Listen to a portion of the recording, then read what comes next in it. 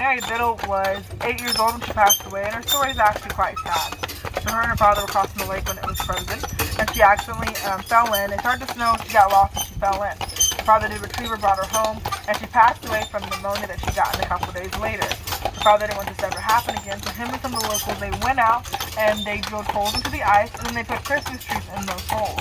That way, hopefully, if anybody ever gets lost, they can kind of follow that trail of trees they made. They made a trail of trees from Mackinaw Island to the mainland. And they actually still do this tradition today. I think it's super nice. There's a great meaning behind it. Hey. Come on, Sid. So, a little something about Sid and Mark. Actually, you know what? Sorry, guys. I'll wait a little bit till I talk about them. I forgot to mention about the cemetery, how it used to be downtown. So this cemetery used to be downtown, but it put a bit of a damper on the mood when the first thing you saw when you got off the ferry boats were these underground condos. So they moved them up here. They moved the coffins first, wrote the name of who everybody was in chalk, and then they moved the headstones. Now everything was well. The plan was very organized.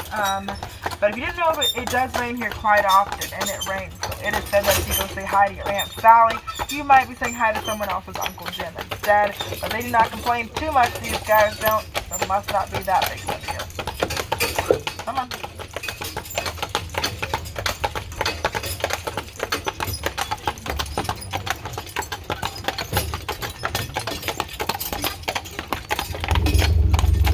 And that's perfectly normal, just like carriage.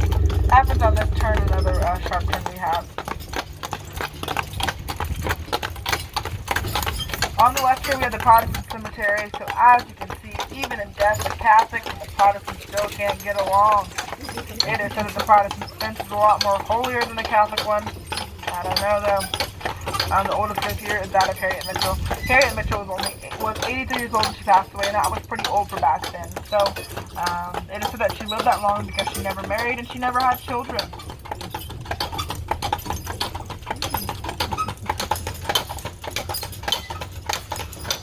Coming up is the U.S. Post Cemetery. Out of 108 graves, only 39 are known, and the flag stands a half staff for all those unknown soldiers. There's 4 other places that do this with their flag. Those places being Arlington, D.C., Normandy, France, Gettysburg, and Pearl Harbor. Has anyone ever been to one of these cemeteries? No? Well, I've had a couple people who've been there. They say it's a little bit bigger than the Mackinaw Island one. Just by a little bit.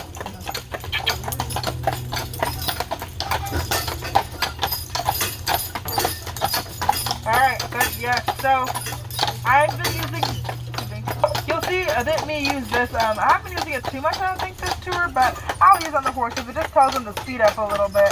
It doesn't hurt them at all. Some people think that it hurts them. It doesn't. Because as you can see, Mark doesn't give a crap about it. He's like, okay, nice. My other horse that I drive, he actually had the audacity one time to flick it away with his tail like it was a fly. Can you believe that? But Sid and Mark, this is actually my 3rd time driving them. So they're pretty new to me. They are young horses. They are rowdy boys. Oh my goodness. They, when I harness them, Sid, I guess he likes to cuddle a lot. So I mean, that's okay, but this is almost like a 2,000-pound animal. So when he wants to cuddle me when I'm harnessing him, it's not really the easiest thing to do, you know? Also, they are very smart. They're a really strong team, and they're also pretty quick.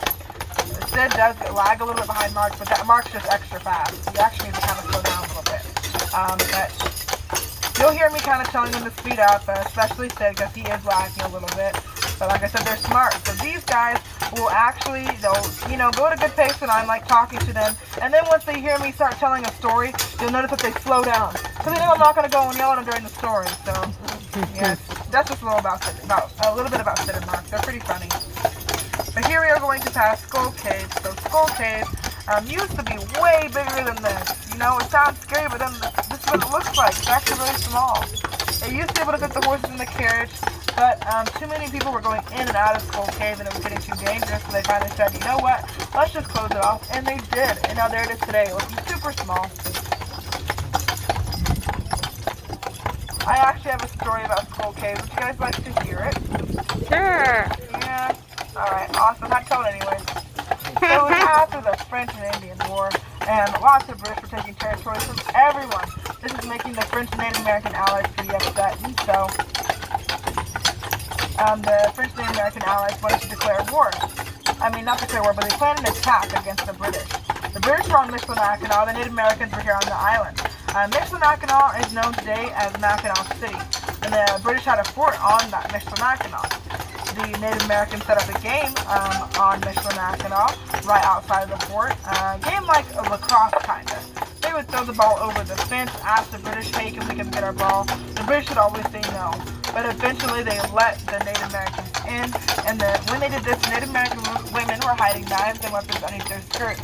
They gave them to the men, and the men went and attacked all these soldiers. One man escaped this massacre, and his name was Alexander Henry. Alexander Henry had a friend here on the island named Chief Wauwatoun. Chief Wauwatoun told him and warned him about the attack that was coming and said, come with me, I'll take you somewhere safe. Wow, we caught up to Aiden. I'll take you somewhere safe. And Chief Wauwatoun did take him somewhere safe. He actually hid him in Skull Cave. There, Alexander Henry slept for the night. He got a terrible night's sleep, though, because he was tossing and turning all night. So lots of sticks and rocks were poking him in his side and in his back. And so when he finally woke up in the morning, he finally looked around and realized that he was actually sleeping on bones the whole night. Ew, creepy. Oh my gosh, no way.